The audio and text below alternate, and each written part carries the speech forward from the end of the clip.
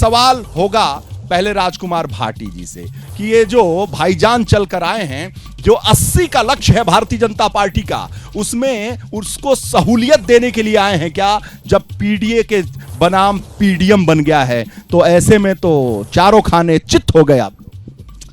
भारत में लोकतंत्र है, भारत का संविधान भारत के हर नागरिक को यह अधिकार देता है कि कोई भी पार्टी रजिस्टर्ड कराए, कोई भी चुनाव लड़े, किसी पे कोई पाबंदी नहीं है। पाबंद नहीं है, लेकिन ये बताइए साहब, पीडीए की जगह पे पीडीएम आ गया। अखिलेश यादव को वो बोलती हैं कि कंफ्यूज्ड हैं और वो एक भ्रम पैदा करते हैं। हम मुसलमानों के वोट तो लेते हैं लेकिन मुसलमान लिखने में उनको तकलीफ होती है, तो हमने सीधे पीडीएम बना दिया और ओवैसी को बुला लिया।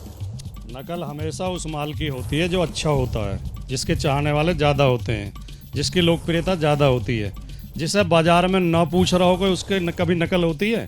अगर पीडीए की नकल कोई राजनीतिक दल दूसरा भी कर रहा है तो इसका मतलब अखिलेश यादव, इससे नुकसान डेंट नहीं होगा आपको ओवैसी के आने से? जो मुस्लिम वोट हैं वो बटेंगे नहीं?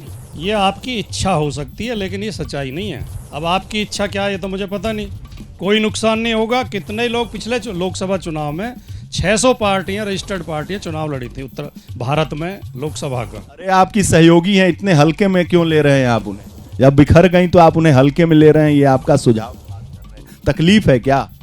अब आपको पता नहीं इतनी तकलीफ का क्यों है, मुझे तो दर्द आपको ज्यादा लग रहा है। हमें तो कोई दर्द है नहीं, हम तो खुश हैं। एसएन सिंह से पूछ लेते हैं, मुस्कुरा रहे हैं भाई साहब। वो ऐसी चले आए, रास्ता सुगम कर दिया 80 का लक्ष्य आप लोगों के लिए।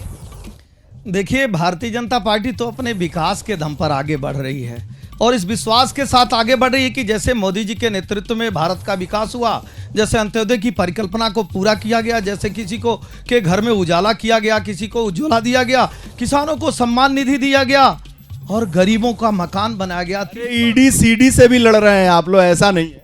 क्या है, हम तो कहते हैं विपक्षी पार्टियों को कि जितनी वकालत यहाँ पे करते हैं वही वकालत जाके उनको कोर्ट में करना चाहिए। अपने ऐसे भ्रष्टाचारियों को बचाना चाहिए। वही कोर्ट अगर कोई ऐसी बात कह देती है तो लोग कहते हैं कि सरकार पे टिप्पणी की, तब कोर्ट ठीक है, और वही कोर्ट जब भ्रष्टाचारियों को बंद कर देती है तो भ्रष्टाचारी छोड़िए, इधर तो ओवैसी को बुला लिया आपने, अखिलेश जी को डेंट पे डेंट दे रहे, उधर पल्लवी पटेल को तोड़ दिया। आप लोग पीछे कर्टन के पीछे भी खेल करते नहीं। बड़ी सुंदर काम हम लोग करते हैं। जब आप अल्प की बात करते हैं तो आप बहु को छोड़ देते हैं। हम तो सर्व की बात करते हैं।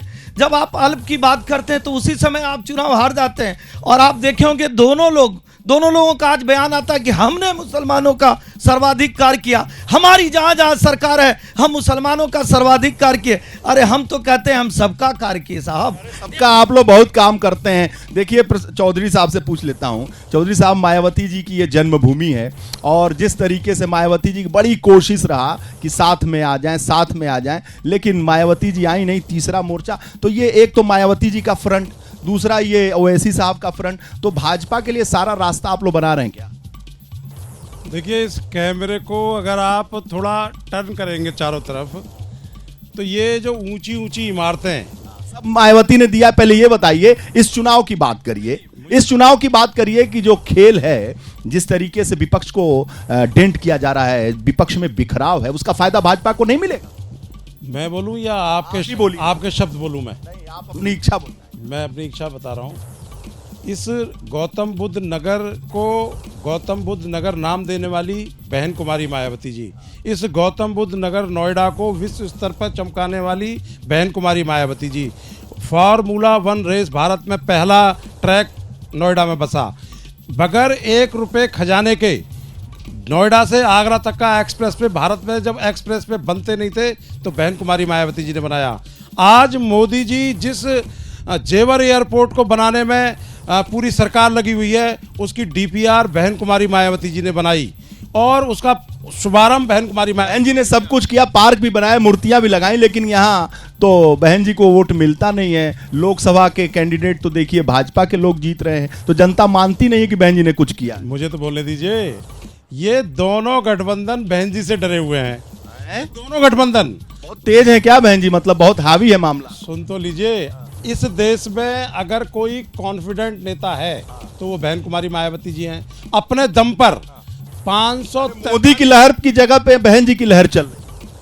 आप मुझे बोलने देंगे? देखिए लोग हंस रहे हैं। आप मुझे बोलने देंगे? आपके आत्मविश्वास पे 543 सीटें अगर इस देश में कोई पार्टी लड़ाती है तो वो सिर्फ बहुजन समाज पार्टी है। आपकी जानकारी के लिए बता रहा हूं, पत्रकारिता करते हैं, थोड़ा ध्यान रखिए इस बात का। ना बीजेपी लड़ाती ना कांग्रेस लड़ाती, और इस देश की जनता जनार्दन है। जिताने का काम जनता का है, हराने का काम भी जनता का है। इसलिए हरा देती है जनता। जैसे ही घड़ी का काटा दोपहर 2:30 पे आए, बबीता जी का दिल सास बहू साजिश के लिए मचल जाए। और ये है इनकी बहू, पूरे दिन ऑफिस की टेंशन हो जाए गॉन जब ये करें अपना फेवरेट शो फ्री टाइम पे ऑन। इनकी तरह आप भी देखिए अपना फेवरेट शो अपने टाइम पर और डाउनलोड कीजिए एबीपी लाइव ऐप अपने स्मार्ट टीवी पर।